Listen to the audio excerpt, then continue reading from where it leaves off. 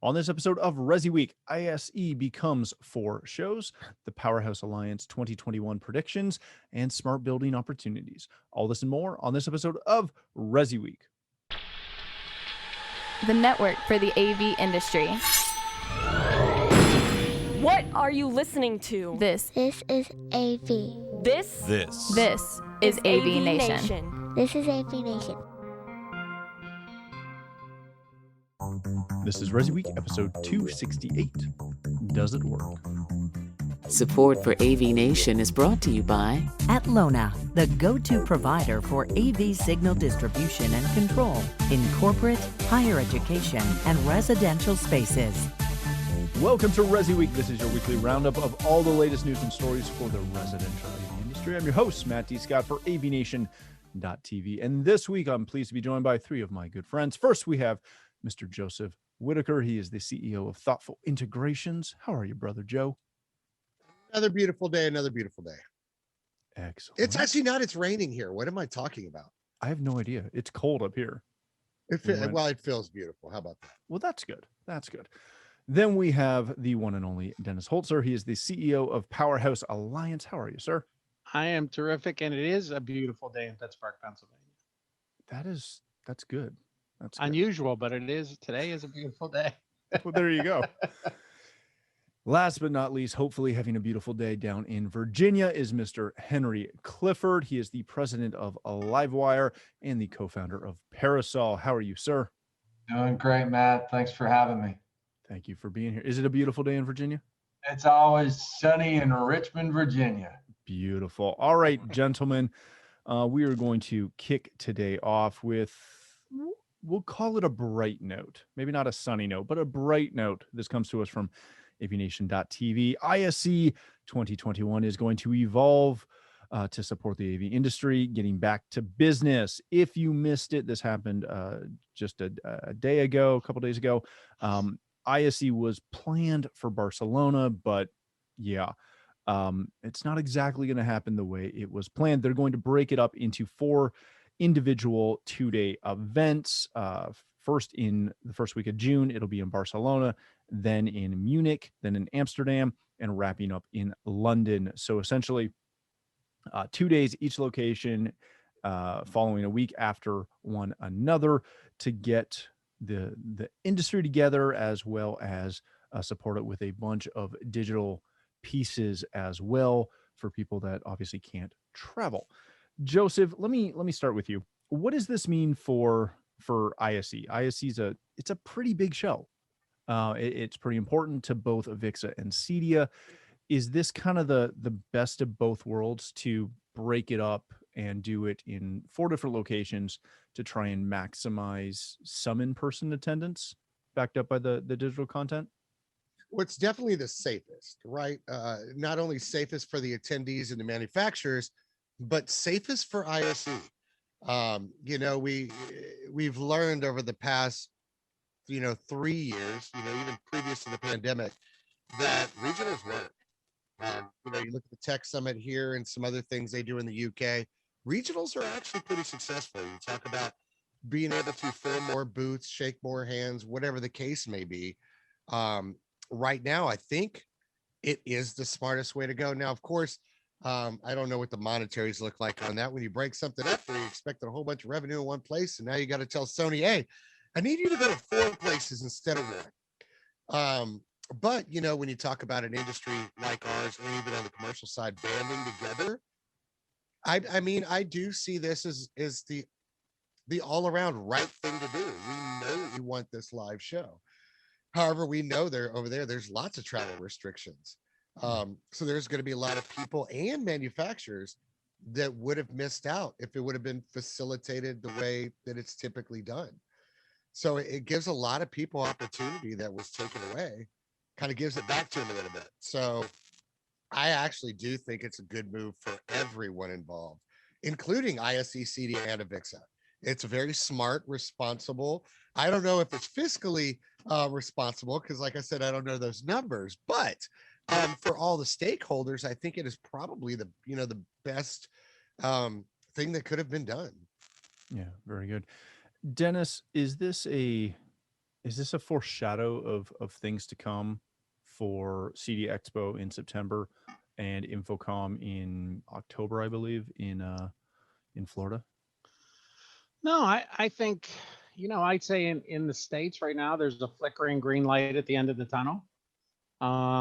If you believe what the president said last week, he said by the end of May, everybody's going to have the ability, obviously not be inoculated, but have the ability. And so I think with all of the shots, and there'll be more vendors coming with shots, you have from May through September. And I think this is what's going to happen. I think CEDIA will be the first show to go live. But with that said, in my humble opinion right now, and we have a booth on the floor for that show, I think it's going to be poor attendance because I think the fear is still going to be there. And I really don't think a lot of this fear is going to go away until probably January of next year. Very good. Henry, my friend, is the localization the kind of the big push here?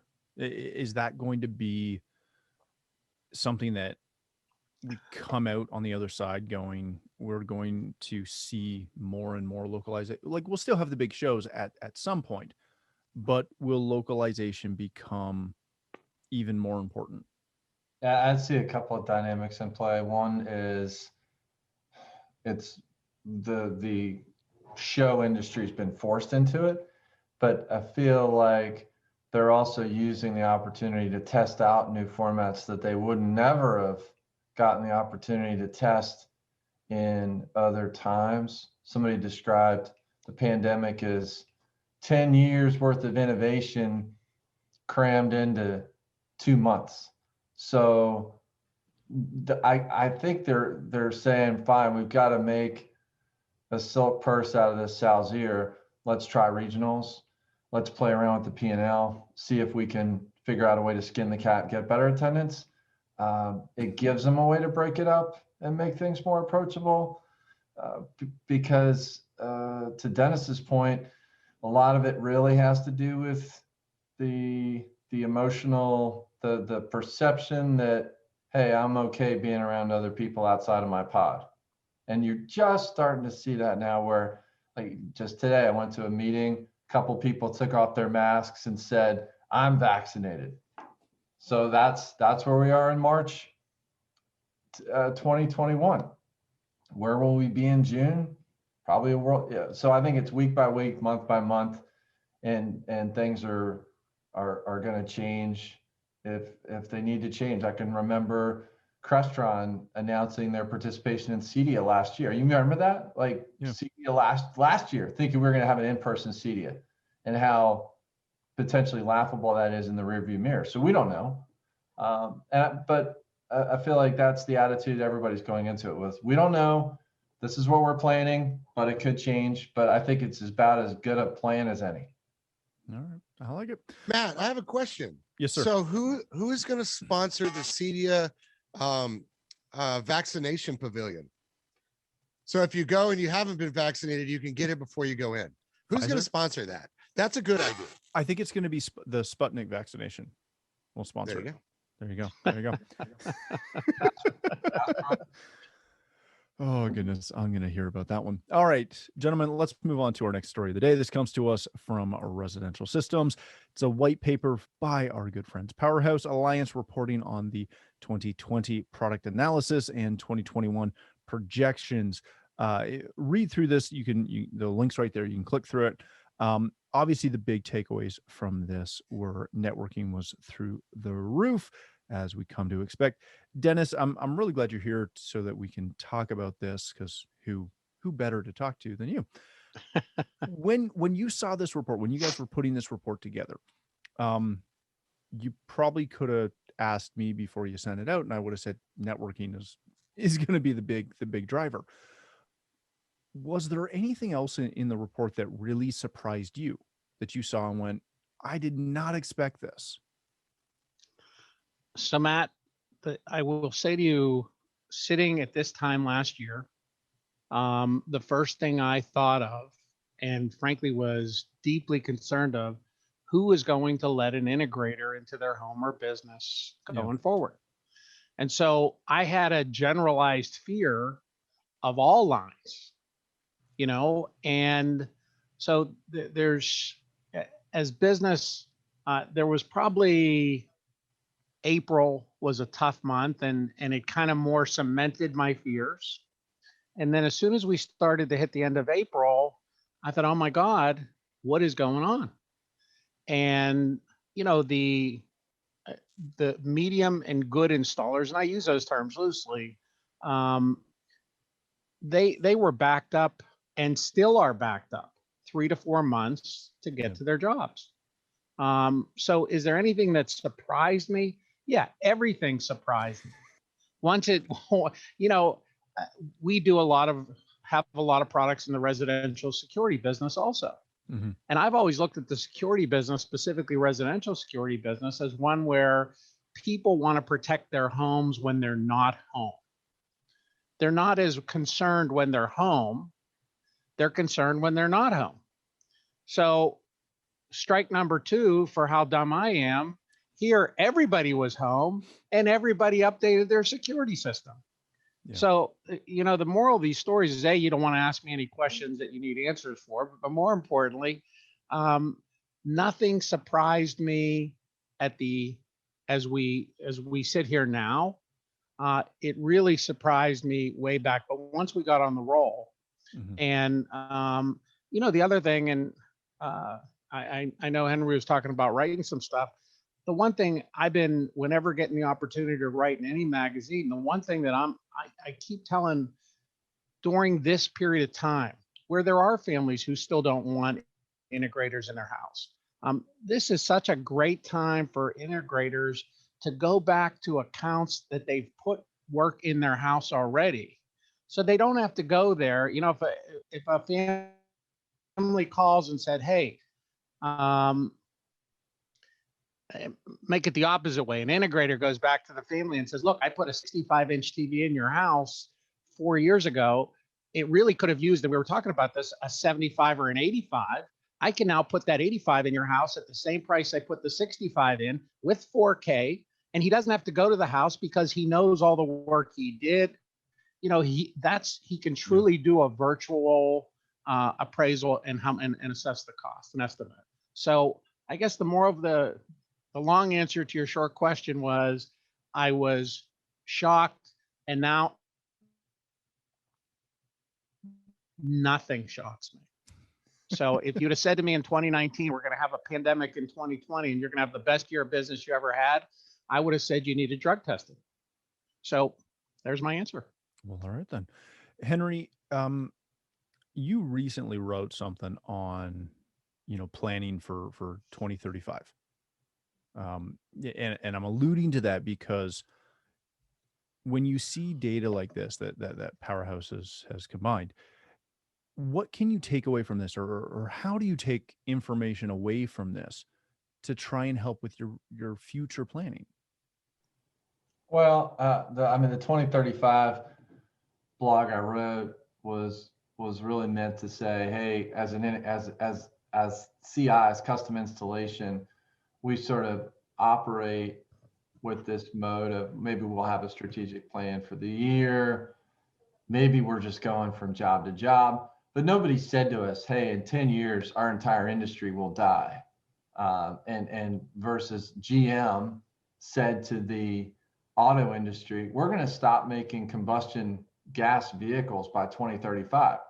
So now every gas station, Jiffy Lube, Napa Auto Parts has been done a huge favor. Instead of wondering about disintermediation and extinction, they've been told in no uncertain terms, you will die unless you pivot towards catering to electric cars. I mean, and I just love the blessing and the curse of that, because the forward-thinking folks are going to pivot.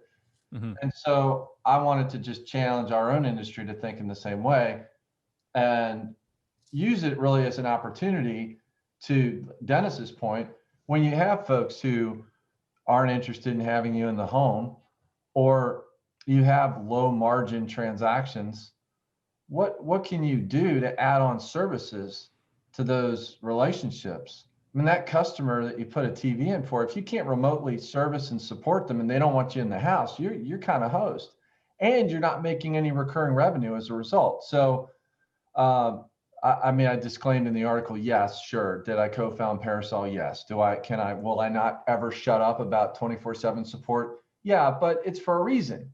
It's because offering those sorts of things is a huge differentiator, as an integrator, and codifies the relationship in financial terms and sets a integrator up so they have a skip protect in their business, so that if they experience cash whipsaws, which are just so common in our industry.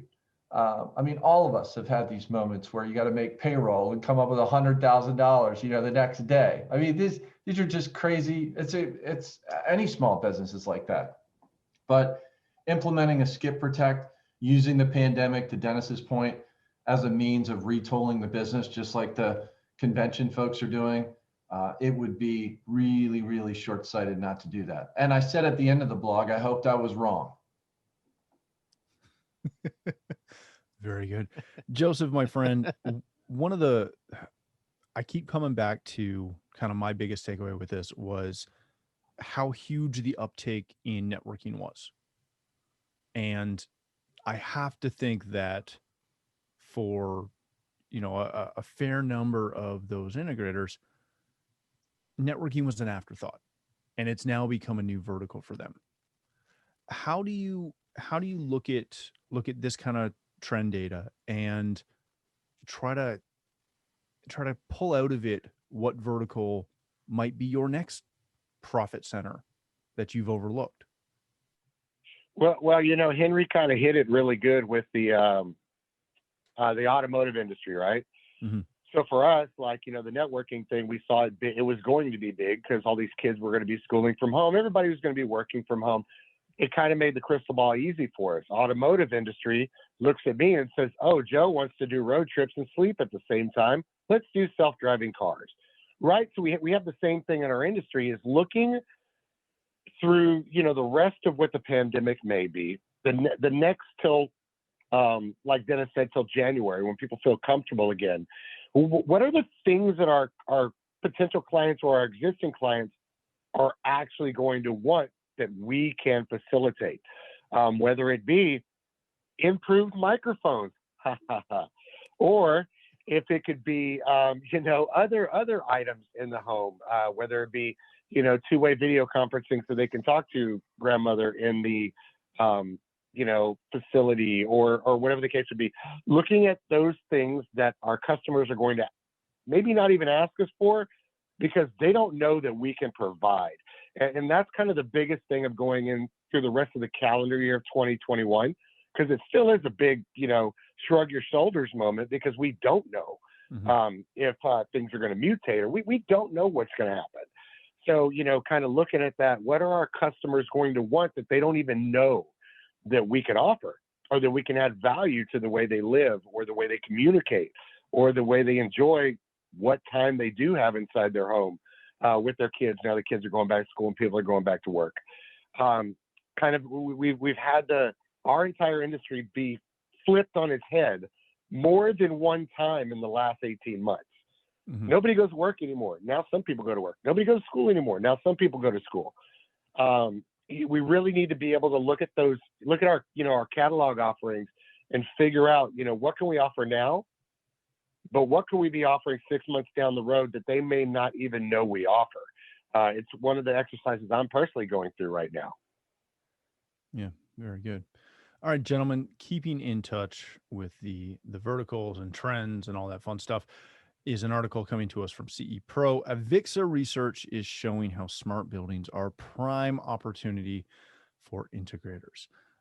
Essentially going through, according to Sean Wargo, who's the Senior Director of Market Intelligence, there is a huge push for smart buildings and the smart building market, and they break down some of the different markets and their annual revenue and compounded annual growth rate. Leave it to say that smart buildings is a huge opportunity. Henry, I'm going to start with you on this one, and I'm trying to temper myself slightly because I might have got a little fired up about this topic in the pre-show.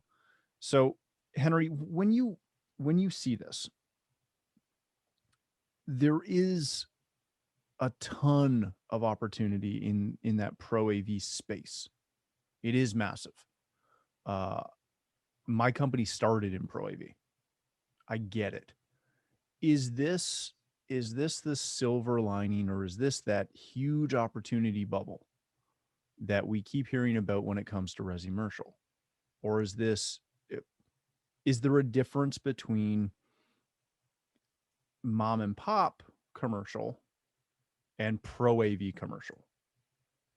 Yeah, that's a good one. I love our industry stock response every time somebody asks a question like that, and we always say it depends. And so so it's true, but looking at commercial as this monolith is very intimidating. Then we take a step back and realize that the AVI SPLs and the Whitlocks of the world and these larger commercial integrators are doing these like huge enterprise scopes of work at thin margins. There's a whole swath of work they're completely uninterested in doing that's been left to smaller commercial integrators. And I've watched as this resimercial wave has really started to pick up a little bit of a head of steam, and seen really solid residential integrators who've brought the fit and finish and the service approach that is required in high-end residential into commercial. And I'm talking small, medium business commercial. Because the markets are so much larger, if the resi market in a city is this big, the commercial's always going to be many orders of magnitude bigger, which means that there's some cherry picking there, meaning that there's high-end commercial just like there's high-end residential. It just requires a little work to sort it out, and the margins aren't as good. It's not as wide of a fairway, so it's a little tighter, so the business has to run that much better. So it feels to me like a resi integrator who doesn't have their stuff squared away, and there's little cracks in the foundation on the residential side. Those little cracks are gonna just lightning bolt through the house in a commercial environment, and that's going to mean bad news. But those folks I've seen on the residential side who've said, we're going to take our same process oriented approach and potentially even look at the commercial as a completely separate business and staff it differently, and go with a parts and smarts approach where they're potentially subcontracting the cabling, because I haven't figured out a way to make money in commercial cabling. If somebody else has, I'd love to hear about it. But what we've seen these folks going with parts and smarts, learning to live with a lower margin environment, but then understanding their target or their strike zone. Joe was talking about setting time aside to figure out sort of who we are as a business, who our audience is. The folks I've seen really identify that customer and almost give them a name. Who are they, and understand who they are. That way, when the folks come calling who don't fit in that strike zone, it's easier to say, nope, we talked about this. They're not for us. Yeah, I think that's a really good approach. Joseph, the technologies are very similar. The products can be dramatically different across the board when you start talking everything from your local convenience store up to a restaurant or a hotel or a house of worship or an educational environment. How do you go about learning? Because my biggest gripe with this is that I all too often walk into a space to find it full of residential grade products. We finally, I think, as an industry, learned that for a high use residence, commercial networking products are key. Can't get away with something that you're buying off the shelf at Amazon or Best Buy. No disrespect to either of those. In commercial, we see the opposite. We occasionally see a lot of residential gear in a commercial environment. How do you go about learning and realizing, to Henry's point, that this isn't just another vertical where you do, home theaters and multi-room audio and commercial, but it's kind of got to be a different business unit?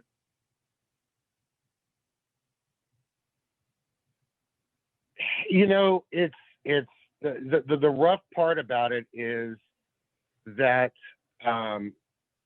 anybody that's doing that, because right now, great example, right?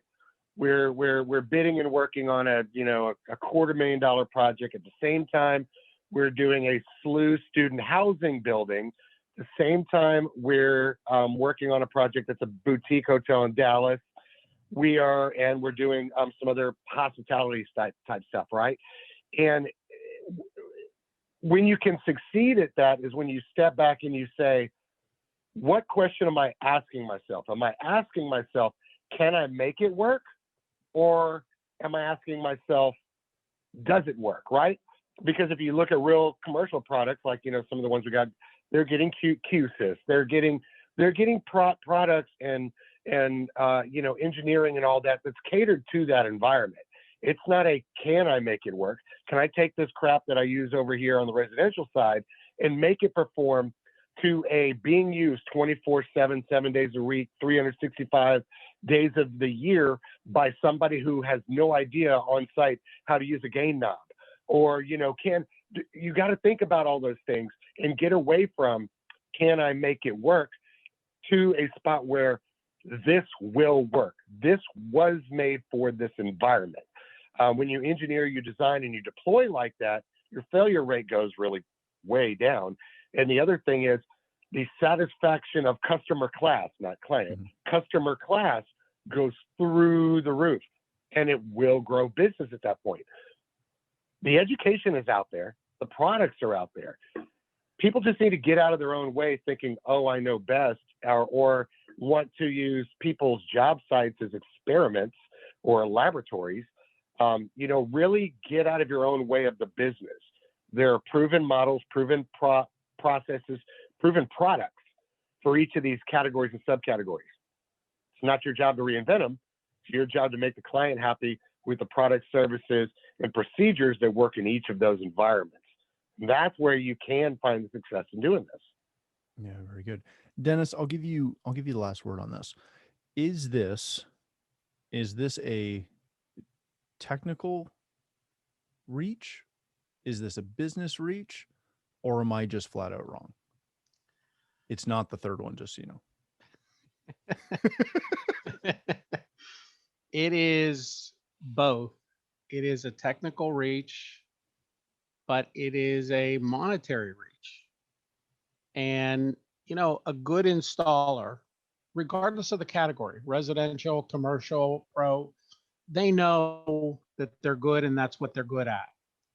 And I couldn't agree with Joe more that there are some products that are fine line that could work here, but shouldn't work here.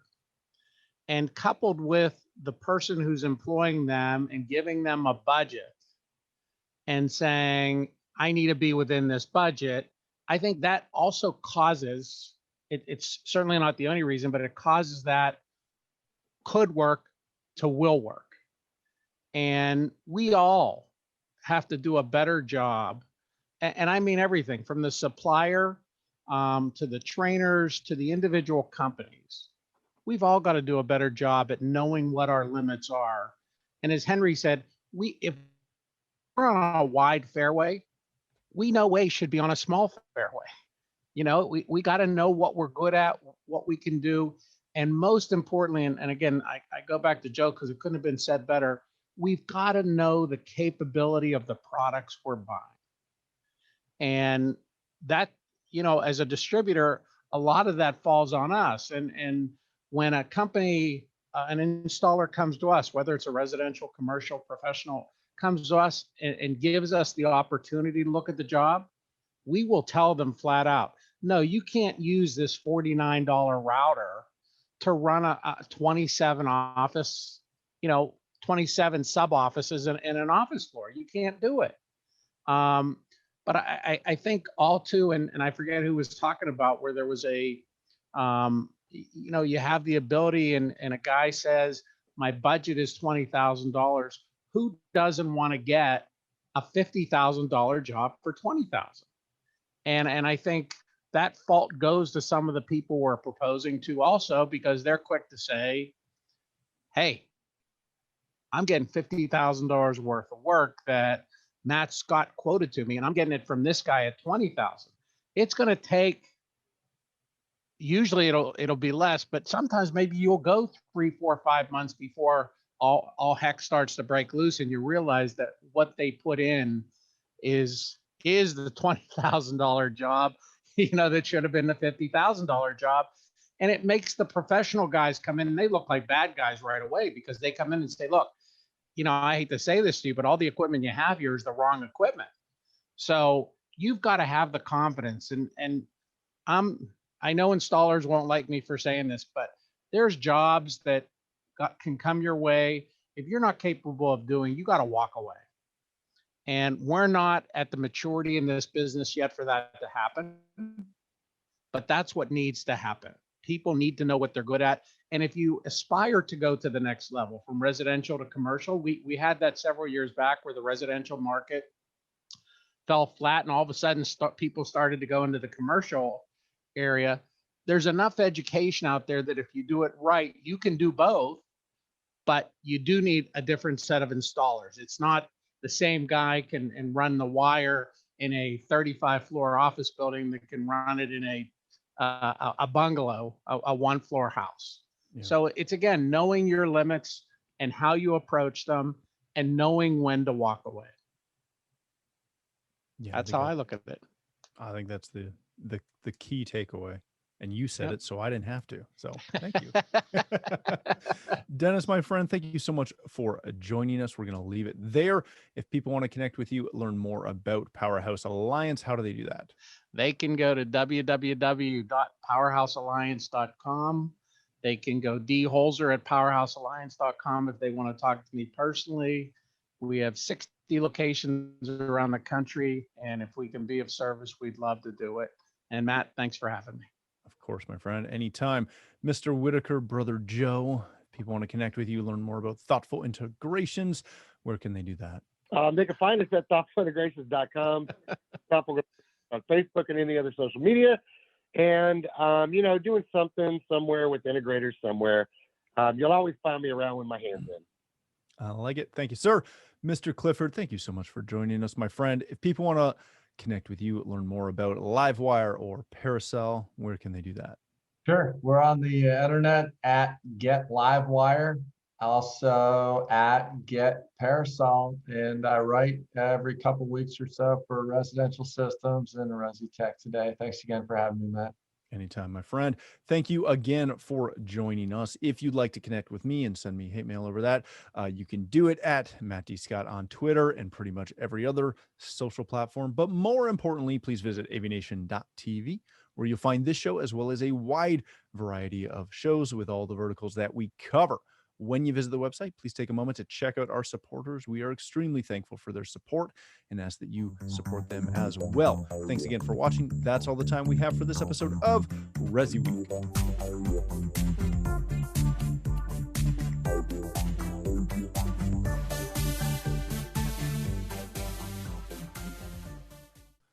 Just saying. I was told there would be snacks.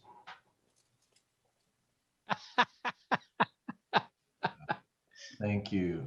Very nice. They're knockoff Cheez-Its. They're not bad, but they're not. Canadian Cheez-Its. Dude, we finally got them in. That's what you get. I used to have to import them. You think Wait, I'm joking? knockoff? You're handing out knockoff Cheez-Its, and you're If I had talking real about a Cheez-Its, residential Dennis, installer to a professional? if I had real Cheez-Its, I would give them to you. The want- border is closed. What do you want from me? John, cheap. I can't go get you them. can't walk both sides of this argument. You can't have cheap Cheez-Its and want good equipment. Yes, I can. You want Cheez-Its that are big snacks. Ram truck for 30 grand. It ain't. No, I don't want the Ram truck at all. I prefer my trucks not rust out after 2. That was your example. It was. And I used it for reasons I do not understand because I'm not a Ram guy. All right. Mitchell's going to have fun with that one.